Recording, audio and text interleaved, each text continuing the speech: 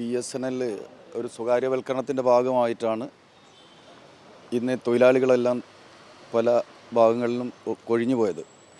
നേരത്തെ BSNL കരാർ തൊഴിലാളികൾ എന്ന് പറഞ്ഞാൽ കാഷി കോൺട്രാക്ട് ലേബേഴ്സ് യൂണിയൻ എന്ന് പറയുന്ന സംഘടനയിൽ മെമ്പർഷിപ്പ് എടുത്ത ആളുകൾ, എല്ലാ ആളുകളും ഇതിനകത്തുണ്ട്. വിവിധ രാഷ്ട്രീയ പാർട്ടി പ്രവർത്തിക്കുന്ന ആളുകളൊക്കെ തന്നെ BSNL കാഷി കോൺട്രാക്ട് ലേബേഴ്സ് യൂണിയൻ CITU-ലാണ് മെമ്പർഷിപ്പ് എടുത്തിരിക്കുന്നത്. വിവിധ രാഷ്ട്രീയ പാർട്ടികളുണ്ടാകും. പക്ഷേ എന്തെങ്കിലും ഒരു ഇടപെടലുകൾ തൊഴിലാളികൾക്ക് വേണ്ടി ഈ CITU നേതൃത്വത്തിലുള്ള സംഘടനയാണ് ഇതുവരെ ചെയ്തുകൊണ്ടിരുന്നത്. നേരത്തെ കേരളത്തിലാകമാനം 7,800 തൊഴിലാളികളെ അടുത്തുണ്ടായിരുന്നു. കോഴിക്കോട് വയനാട് ജില്ല കൂടിയതാണ് കോഴിക്കോട് SSA. ഇങ്ങനെ ഓരോ SSA ഉണ്ട്. ആ എല്ലാ SSAയിലും 8,000-ഓളം തൊഴിലാളികളുണ്ടായിരുന്നു. ഇപ്പം പുതിയ പരിഷ്കരണത്തിൻ്റെ ഭാഗമായി ഉദ്യോഗസ്ഥന്മാർ മുഴുവൻ കുറേ ആളുകളെ പിരിച്ചുവിട്ടു. VRS എടുത്തതിൻ്റെ ഭാഗമായിട്ട് പിരിച്ചുവിട്ടു. ജീവനക്കാർ പുറത്തു പോയി. അപ്പോൾ അന്ന് ഞങ്ങളോട് പറയാറുണ്ടായിരുന്നത് സ്ഥിരം ജീവനക്കാരുടെ എണ്ണം കൂടുതലുള്ളതുകൊണ്ടാണ് തൊഴിലാളികളുടെ കൂലി കൂട്ടാത്തതും തൊഴിലാളികൾ സ്ഥിരമായിട്ട് തയ്യാറാവാത്തതും. അതുകൊണ്ട് VRS എടുത്തു കഴിഞ്ഞാൽ അവർ ഇരിക്കുന്ന കസേരയിലൊക്കെ ഇരുന്നു കൊണ്ട് തൊഴിൽ ചെയ്യാൻ നിങ്ങളാണ്, അതുകൊണ്ട് അവർ പുറത്തു പോയാൽ നിങ്ങൾക്ക് ജോലി കിട്ടും. അങ്ങനെ VRS എടുത്ത് ഒരു വിഭാഗം ആളുകൾ ഞങ്ങൾക്ക് സൗകര്യങ്ങൾ ചെയ്തു തരുന്ന എല്ലാ സംഘടനാപരമായിട്ട് BSNL എംപ്ലോയീസ് യൂണിയൻ്റെ ആളുകളൊക്കെ തന്നെയാണ് ഈ സമരത്തിലും അല്ലെ ഞങ്ങൾ കാര്യത്തിൽ ചർച്ച ചെയ്തെല്ലാം പരിഹാരം കാണാറ്. എന്നാൽ അവരുടെ സ്ട്രെങ്ത്ത് കുറയുന്ന രീതിയിൽ VRS എടുത്തതിൻ്റെ ഭാഗമായി കുറേ പോയി. പിന്നെ ഞങ്ങളെ കാര്യങ്ങൾ സംസാരിക്കാൻ ആളുകളില്ലാതായി മാറുന്ന ഒരു സമീപനത്തിലേക്ക് നീങ്ങി. ഇപ്പം കുറേ ആളുകളുണ്ടെങ്കിൽ പോലും അങ്ങനെ ഓഫീസിനകത്ത് ജോലി ഞങ്ങൾക്ക് ലഭിക്കുമെന്ന് മാനേജ്മെൻറ്റ് പറഞ്ഞ ഭാഗത്ത് പിന്നെ ഞങ്ങളും വേണ്ട എന്നുള്ള രീതിയിലേക്കാണ് പോയത്. കാരണം അപ്പം ഞങ്ങൾ പറഞ്ഞു, നേരത്തെ നിങ്ങൾ സംസാരിച്ചത് ഈ BSNL-ലെ സ്ഥിരം ജീവനക്കാരുടെ എണ്ണം കൂടിയത് കൊണ്ടാണ് അവർ പുറത്തായി ഞങ്ങൾക്ക് ജോലി തരുന്നല്ലേ. അല്ല, ഇനി സെക്ഷനേ വേണ്ടെന്നാ. അടുത്ത സ്റ്റെപ്പ് ഓരോ സെക്ഷനും പൂട്ടുന്ന സമീപനത്തിലേക്ക് പോയി. അങ്ങനെ ഞങ്ങളെ തൊഴിലാളികളും ഒരുപാട് ആളുകൾ പുറത്തായി. മറ്റ് പല പെയിൻറ്റിങ് ജോലി കൂലിപ്പണിക്ക് പോയി 10, 20, 35 വർഷം ജോലി ചെയ്ത തൊഴിലാളികളാണ് ഞങ്ങൾ. അങ്ങനെ ആ തൊഴിലാളികളൊക്കെ പുറത്താവുകയും വിരളിൽ എണ്ണാൻ പറ്റുന്ന തൊഴിലാളികളായി ഇതിനകത്ത് IM സെക്യൂരിറ്റിക്കാരെ പിരിച്ചുവിട്ടു, ഓഫീസിനകത്തുള്ള തൊഴിലാളികളെ പിരിച്ചുവിട്ടു. IM വർക്ക് എന്ന് പറഞ്ഞാൽ ഇൻഫ്രാ മെയിൻ്റനൻസ് വർക്ക് എന്ന് പറയുന്ന സെക്യൂരിറ്റി പണിയും മറ്റുള്ള അനുബന്ധ തൊഴിലും എടുക്കുന്ന തൊഴിലാളികളാണ് IM വർക്ക് എന്ന് പറയുന്നത്. അവരുടെ ആ തൊഴിലാളികളെ പോലും വിരളിൽ എണ്ണാൻ പറ്റുന്ന ആളുകൾ. നേരത്തെ 1,370 തൊഴിലാളികളായിരുന്നു കോഴിക്കോട് SSAയിൽ ഉണ്ടായി. കോഴിക്കോട് വയനാട് ജില്ലയിൽ ഉൾപ്പെടെ അതാണ് കോഴിക്കോട് SSA.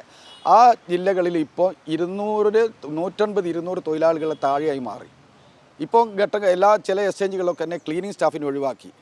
അങ്ങനെ എല്ലാ സ്ഥലവും ഇപ്പോൾ എറണാകുളം ജില്ലയിൽ ഒരു തൊഴിലാളികളും വേണ്ടെന്ന് പറഞ്ഞിട്ട് എല്ലാ തൊഴിലാളികളും പുറത്താക്കി.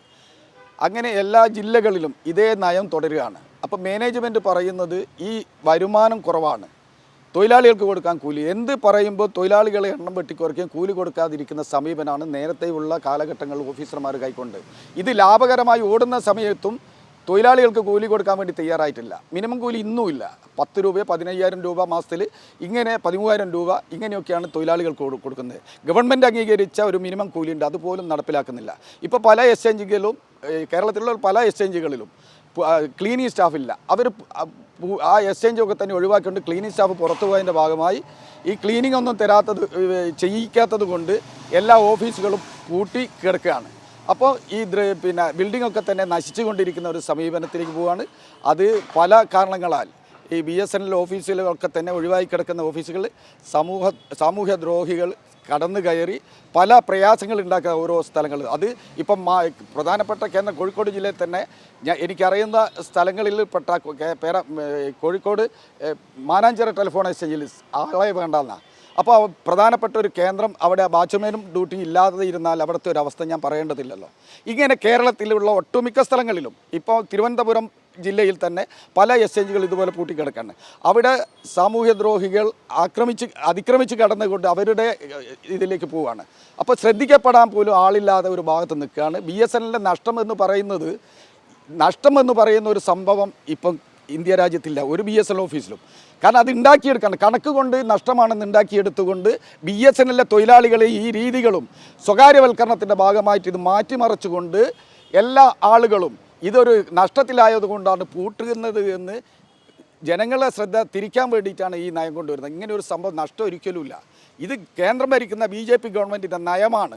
ഇത് നേരത്തെ 1992-ൽ നരസിംഹറാവു പ്രധാനമന്ത്രിയായപ്പോൾ ഇന്ത്യ രാജ്യത്ത് കൊണ്ടുവന്ന സ്വകാര്യവൽക്കരണത്തിൻ്റെ ഭാഗമാണ് ഈ നയം പോകുന്നത്. കോൺഗ്രസ് തുടങ്ങിവിട്ടു. ഈ BJP ഗവൺമെൻറ് അധികാരത്തിൽ വന്നപ്പോൾ നമ്മൾ ഇന്ത്യ രാജ്യത്തുള്ള സ്വത്തുക്കളൊക്കെ നമ്മുടേതാണ്, ഇത് വികസിപ്പിക്കാനുള്ള ഇടപെടലാണ് ഞങ്ങൾ ഭരണത്തിൽ വന്നാൽ ചെയ്യുക എന്ന് പറയുമ്പോൾ ഓരോ മേഖലകളും BSNL, റെയിൽവേ, വിമാനത്താവളം ഉൾപ്പെടെ ഒരു സ്വകാര്യ വ്യക്തികൾക്ക് തീരെ എഴുതുന്ന സമീപനത്തിലേക്ക് പോകുന്നതിൻ്റെ ഭാഗമായിട്ടാണ് എല്ലാ മേഖലകളിലും ഇത് വലിയ വിഷയമാണ് ഈ തകർന്നുകൊണ്ടിരിക്കുന്നത്. എല്ലാ വലിയ വിഷയമാണ്.